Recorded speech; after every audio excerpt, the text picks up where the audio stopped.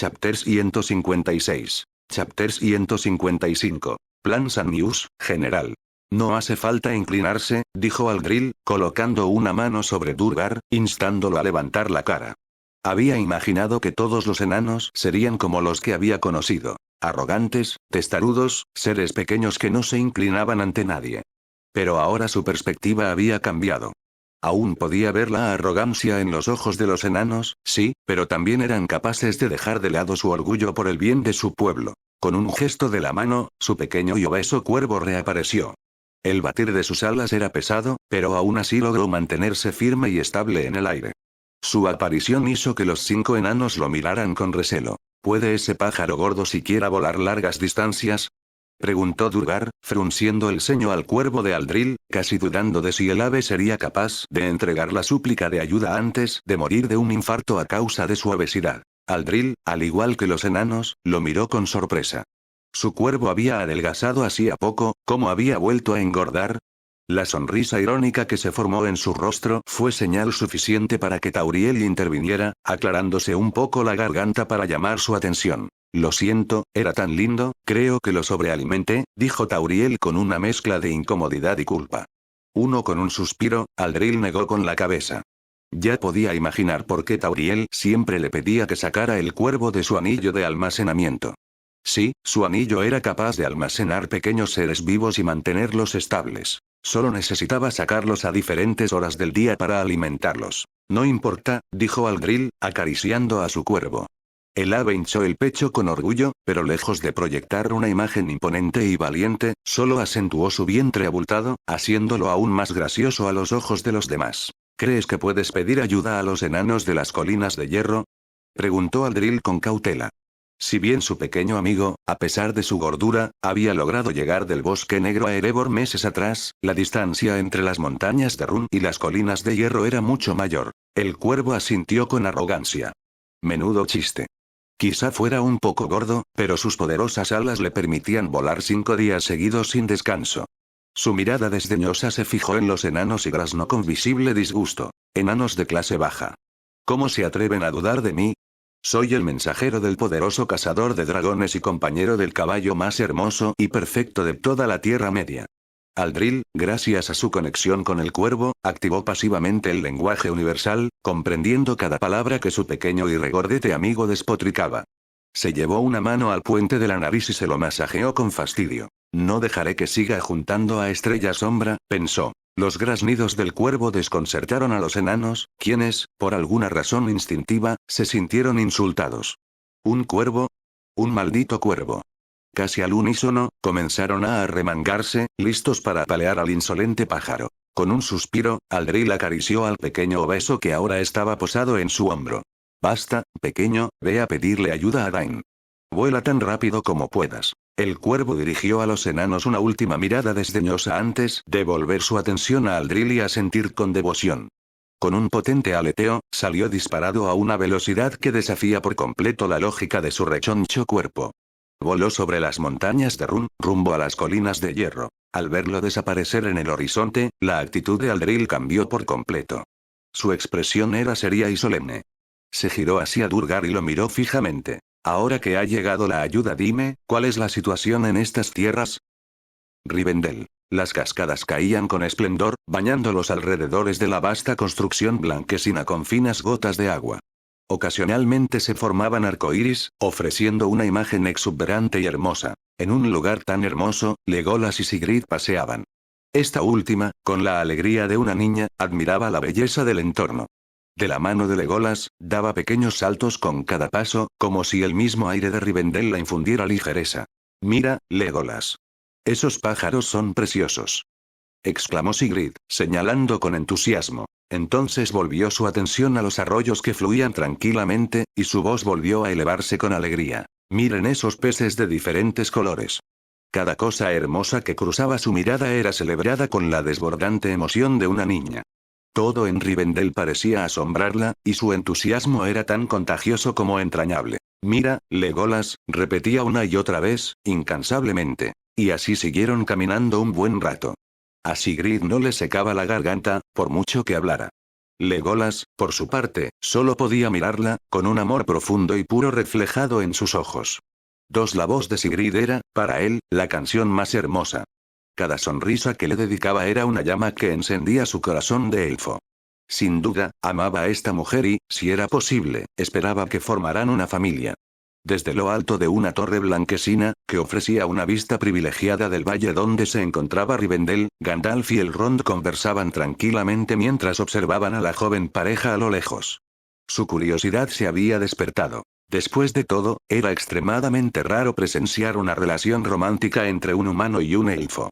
Me han informado de que los elfos del Bosque Negro han recuperado Dol Guldur, con la ayuda de Aldril y los elfos de Lothlórien, dijo Elrond, apartando la mirada de la pareja y posándola serenamente en el anciano que tenía delante. Me imaginé que lo recuperarían después de que expulsáramos a Sauron de allí, respondió Gandalf, apoyándose en la barandilla mientras fumaba tranquilamente su pipa. Elrond asintió. Pensé lo mismo, pero no imaginé que lo harían tan rápido. Parece que el hijo de Tindomiel se ha vuelto aún más fuerte desde la última vez que lo vi. No tienes idea, rió Gandalf suavemente. El chico resistió el ataque más fuerte de Smaug, y, además, logró matarlo tras una embestida tan devastadora. Sin duda, Aldril había sido una sorpresa para ambos. Pero ahora podían estar más tranquilos. El tiempo fortalecería al hijo de Tindomiel, y con ello, aumentaría la posibilidad de derrotar a Sauron. En ese momento, justo cuando Gandalf planeaba continuar la conversación, una mariposa, azulada como el océano, revoloteó frente a él, moviéndose como si intentara llamar su atención. Frunciendo el ceño, levantó una mano y dejó que la criatura se posara en uno de sus dedos. Con curiosidad, se la acercó al oído. Era un antiguo sistema de mensajes entre los Istari.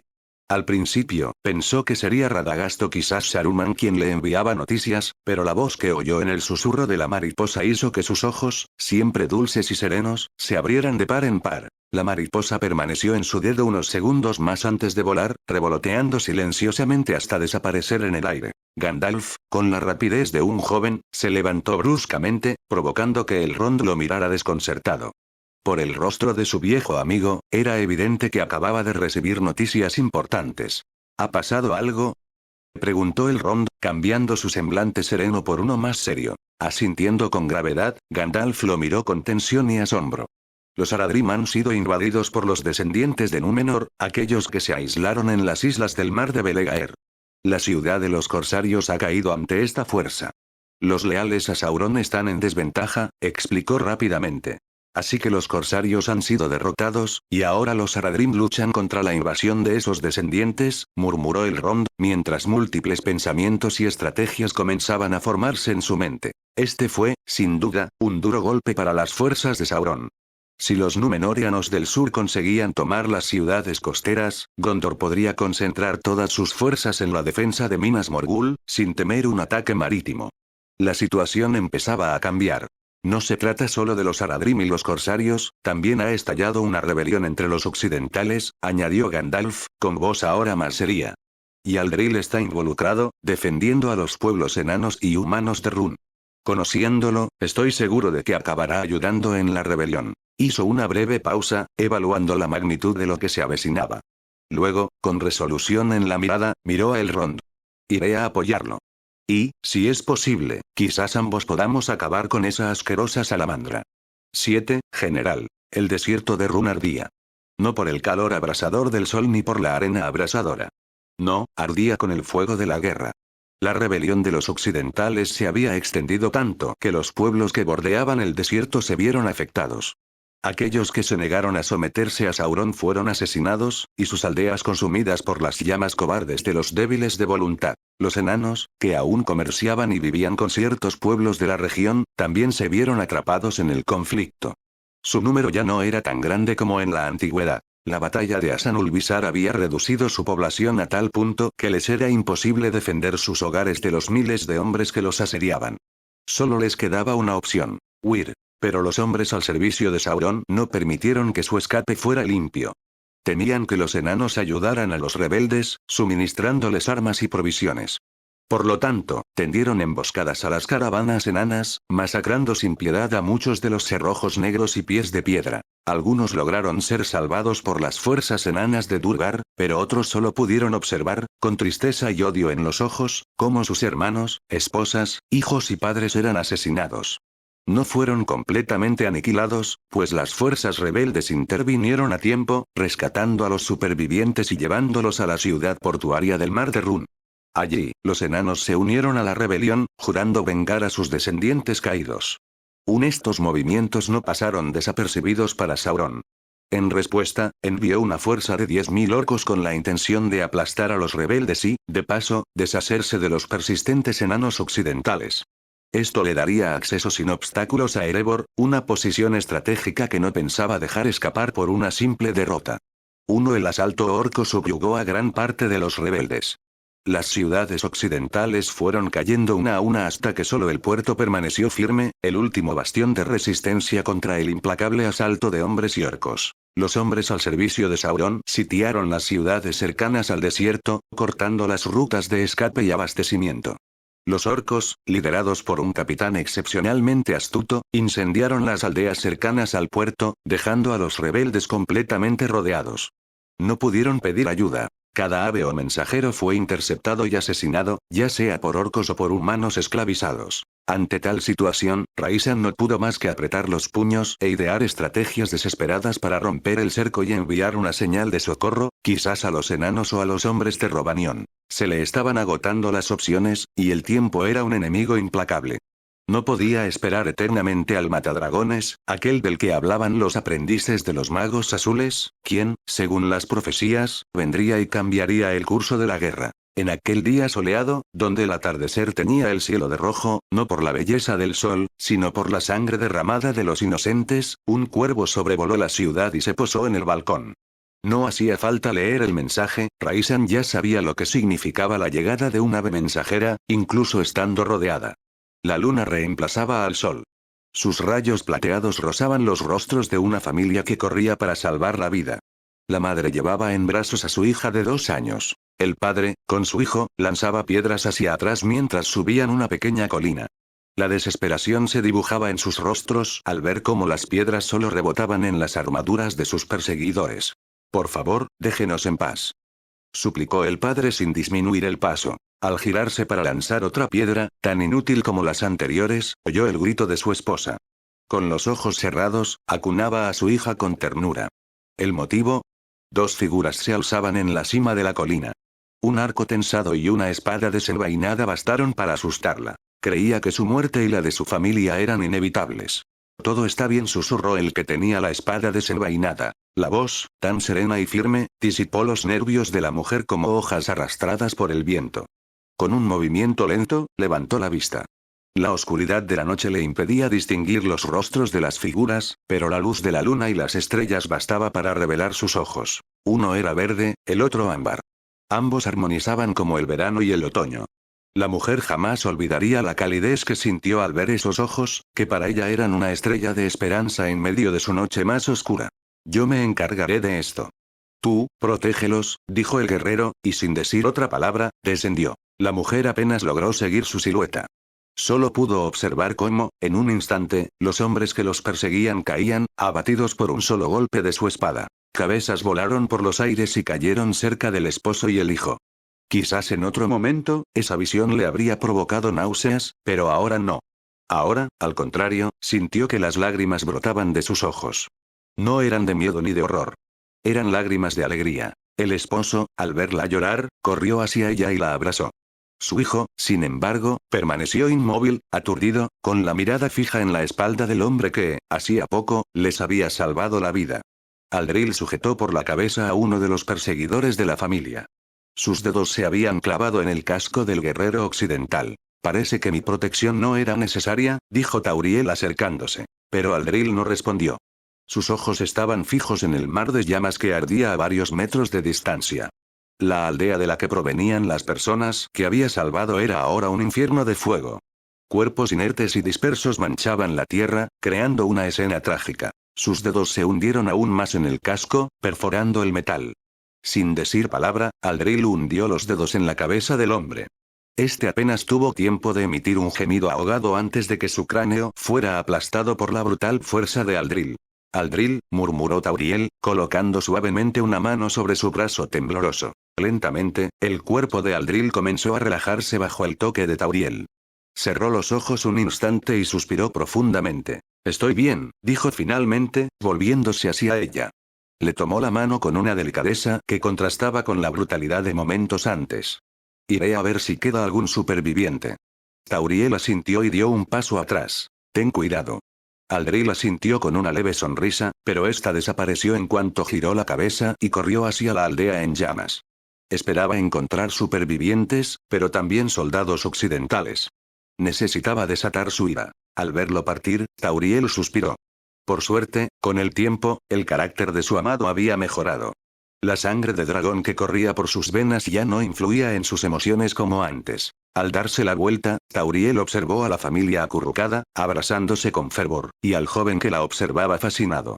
Al parecer, al ver sus rasgos élficos, el joven quedó fascinado por su belleza. Pero a ella no le importaba esa fascinación. Su corazón ya pertenecía a un solo hombre, y como todos los elfos, excepto Finwë, solo amaría a una persona.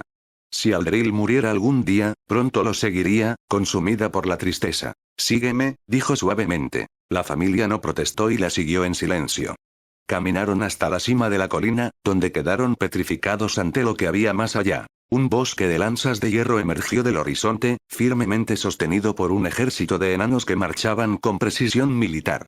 Al frente cabalgaba un enano de barba rojiza sobre un jabalí de batalla, y a su lado, Durgar lo seguía de cerca. El apoyo de los enanos había llegado, y esta vez no solo se trataba de los enanos de las colinas de hierro, sino también de los enanos de Erebor. Estos dos ejércitos marchaban con un propósito: salvar a su propia raza y, con ello, asestar un duro golpe a las fuerzas de Sauron. 1. General. El cielo se oscureció. Las estrellas, ocultas tras nubes grises, desaparecieron. Solo los relámpagos, acompañados del rugido de los truenos, iluminaban intermitentemente los alrededores del puerto de Run. Una ligera lluvia comenzó a caer, pero la mancha oscura que cubría el cielo anunciaba que su intensidad pronto aumentaría. Desde lo alto de la atalaya, Raisan observó las densas sombras móviles a lo lejos. Una hilera de antorchas serpenteantes, recortadas contra la lluvia, anunciaba que lo que más temía estaba a punto de suceder. Da la señal. Que todos se preparen. Una simple orden, cargada de un significado escalofriante, bastó para que el guardia palideciera. No hacía mucho, los orcos habían asolado las aldeas costeras. Muchos refugiados habían huido a la ciudad portuaria, buscando refugio tras sus murallas. Se especulaba que los invasores tardarían al menos una semana en llegar. ¡Qué equivocados estaban! El guardia, con la urgencia apretándole la garganta, encendió la hoguera. El fuego se avivó al instante. La madera húmeda solo avivó la llama. Estaba hecha de un tipo especial, preparada para situaciones como esta. Los vigilantes nocturnos, al ver la señal, se apresuraron a subir al campanario. La urgencia los perseguía. Si la hoguera estaba encendida, era un claro indicador de que los orcos habían llegado. Su respiración se hacía más agitada con cada escalón que subían, sus pasos resonaban en la noche, el crujido de la madera solo avivaba su urgencia. Al llegar a la cima, tuvieron una vista ampliada más allá de los muros del puerto, y allí los vieron. Manchas negras que se movían al ritmo de la lluvia, antorchas que serpenteaban por las colinas cercanas. Por un instante, el terror los paralizó. La escena los dejó helados. Sintieron un hormigueo en el cuero cabelludo y les temblaron las piernas. Rápido. Rápido. Gritó uno de ellos, rompiendo el hechizo del miedo. Tenía miedo, como los demás, pero no podían permitirse el lujo de quedarse atónitos ni un segundo más. En ese momento, no podían perder más tiempo. Tragándose el pánico, dio un paso adelante y animó a los otros dos a darse prisa. Al llegar al punto más alto, no perdieron ni un segundo. Rápidamente, los tres tiraron de la cuerda. Por alguna razón, la sentían extremadamente pesada. Las gotas de lluvia les golpeaban la cara. Las baldosas mojadas, combinadas con el nerviosismo, los hacían resbalar al tirar. Apenas lograron moverla, pero fue suficiente. El yunque del miedo se alzó y el badajo golpeó el bronce. El estruendoso sonido de la campana se extendió por toda la ciudad. Rápido, a vuestros puestos. Mover. Ese sonido fue como un relámpago, despertando a toda la ciudad. Los guardias dormidos saltaron de sus camas. La campana solo sonaba cuando se acercaba un gran peligro. En las murallas, los centinelas avisaban a los recién llegados. El rugido de las armaduras se entrelazó con el chapoteo de los charcos que empezaban a cubrir las calles. Los residentes corrieron, a medio vestir, hacia el refugio en la parte trasera de la ciudad, guiados por soldados armados. Rápido. Mujeres y niños al refugio. Mujeres y niños. Los hombres, adolescentes, adultos e incluso ancianos, se despidieron de sus familias. Aunque había un número considerable de guardias, no eran suficientes para proteger toda la ciudad. Pero, a diferencia de lo que ocurriría en el futuro en el abismo de Helm, aquí no habría hombres temerosos de los orcos, ni niños que no supieran blandir una espada. En Rum, todos sabían luchar. Su cultura era diferente. A los 6 años, un niño ya era considerado apto para aprender a luchar, y a los 15, debían unirse al ejército, sin excepción. Esa tradición había forjado una generación de guerreros disciplinados, duros como la piedra. Esta fuerza, sin embargo, era un arma de doble filo. Para los pueblos subyugados por Sauron, los occidentales no eran más que una ofrenda, carne para alimentar la guerra de su oscuro amo. Pero para aquellos como Raisan, eran la clave para sorprender a los subyugados por Sauron, quienes eran atacados desde dentro del ejército. Siempre hubo quienes se oponían a ser subyugados, pero no se atrevían a expresarlo abiertamente. Sus mentes aún no habían sido lavadas por la doctrina que predicaba la obediencia ciega a Sauron, razón por la cual la mayoría de los rebeldes eran jóvenes. Por lo tanto, la llegada de Raisan fue como una grieta en una presa. Abrió un camino por el que la represión contenida durante años explotó con fuerza. Su mera presencia desató una oleada de rebeliones en las ciudades occidentales de Run, encendiendo la llama que muchos mantenían oculta. Los enanos refugiados que se unieron a la causa también se pusieron en acción de inmediato. Formaron rápidamente un grupo aparte. Se desenvolvían mejor entre los de su especie, y Raisan, sabio en su liderazgo, les concedió esa libertad. Liderados por el enano Truin, se encargaron de proteger el puerto. Desde allí, a lo lejos, sobre las aguas embravecidas, las antorchas titilaban, acercándose lentamente. Los orcos, lejos de ser tan estúpidos como muchos creían, habían ideado un ataque en 2 frentes: mar y tierra. En las murallas, Raisan se movía con agilidad, dirigiendo a sus jóvenes guerreros hacia posiciones estratégicas. Ordenó la apertura de la armería, asegurándose de que las armaduras y las espadas se distribuyeran rápidamente entre los jóvenes y los mayores que se unieron a la defensa. Su determinación por defender su ciudad les valió el respeto de muchos, incluidos los enanos, ya que unos 200 habitantes de la ciudad se unieron a ellos. ¿Alguna vez has blandido una espada, muchacho?, le preguntó un enano a un joven de ciudad que estaba cerca.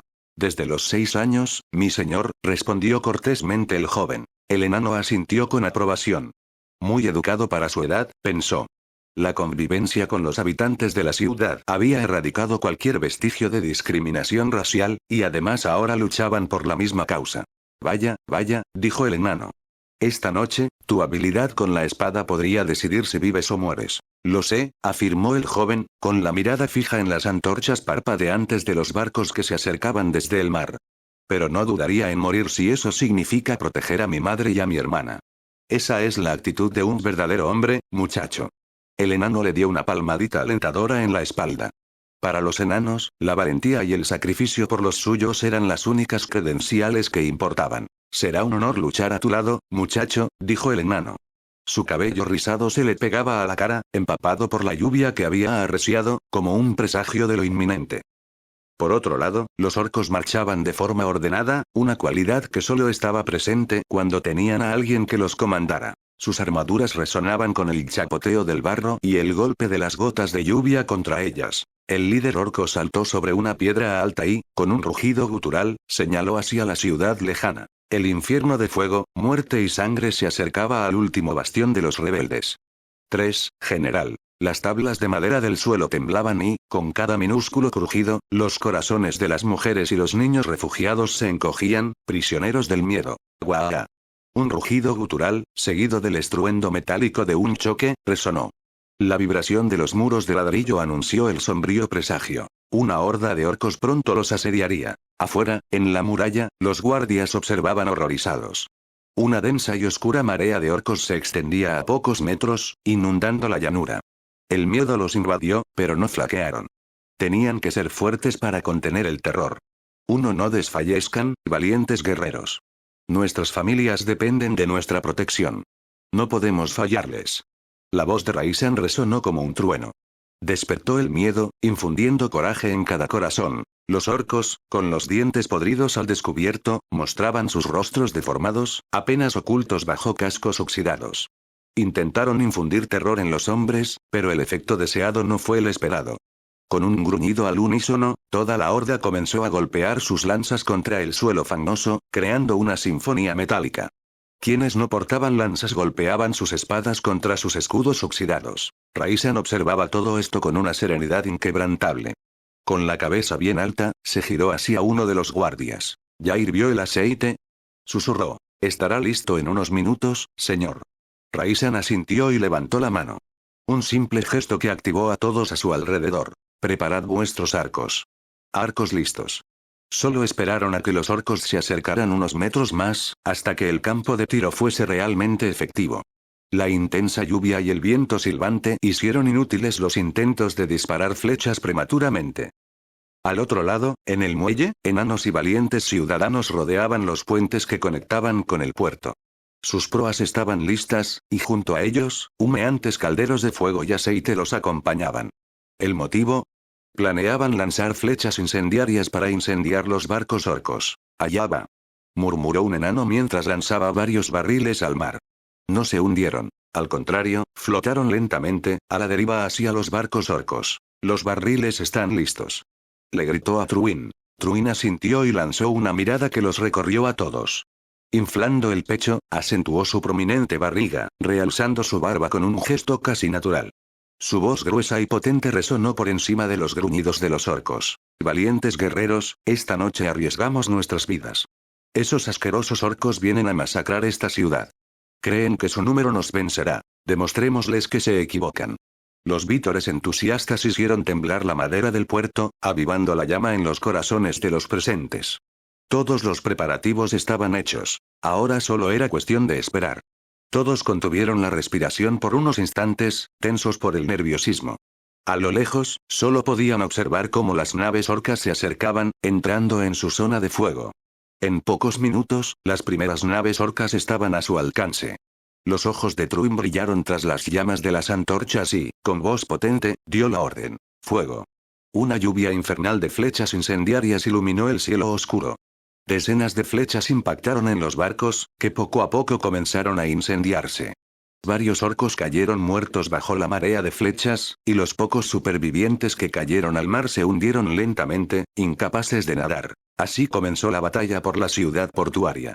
La incendiaria lluvia de flechas fue el detonante, un preludio abrasador que encendió la furia orca. Fuera de la muralla, la horda cargó con vehemencia, como una ola furiosa que se estrella contra la orilla, precipitándose hacia el pie de la imponente muralla. Sin embargo, Raisan y sus hombres ya los esperaban, preparados, con una tensa calma en sus rostros. La mano de Raisan, alzada en alto, descendió justo en el momento en que los orcos alcanzaron el ángulo de disparo adecuado. A su lado, el guardia dio la orden rotunda. ¡Fuego! ¡Fuego! La orden resonó por toda la muralla. Los guardias, con precisión letal, aflojaron la tensión de sus arcos y dispararon cientos de flechas. Como una lluvia de púas, estas impactaron en la armadura de hierro de los orcos, atravesándolos y cegando vidas con cada golpe. Los orcos del frente fueron aniquilados sin mayor esfuerzo, cayendo como fardos al fango.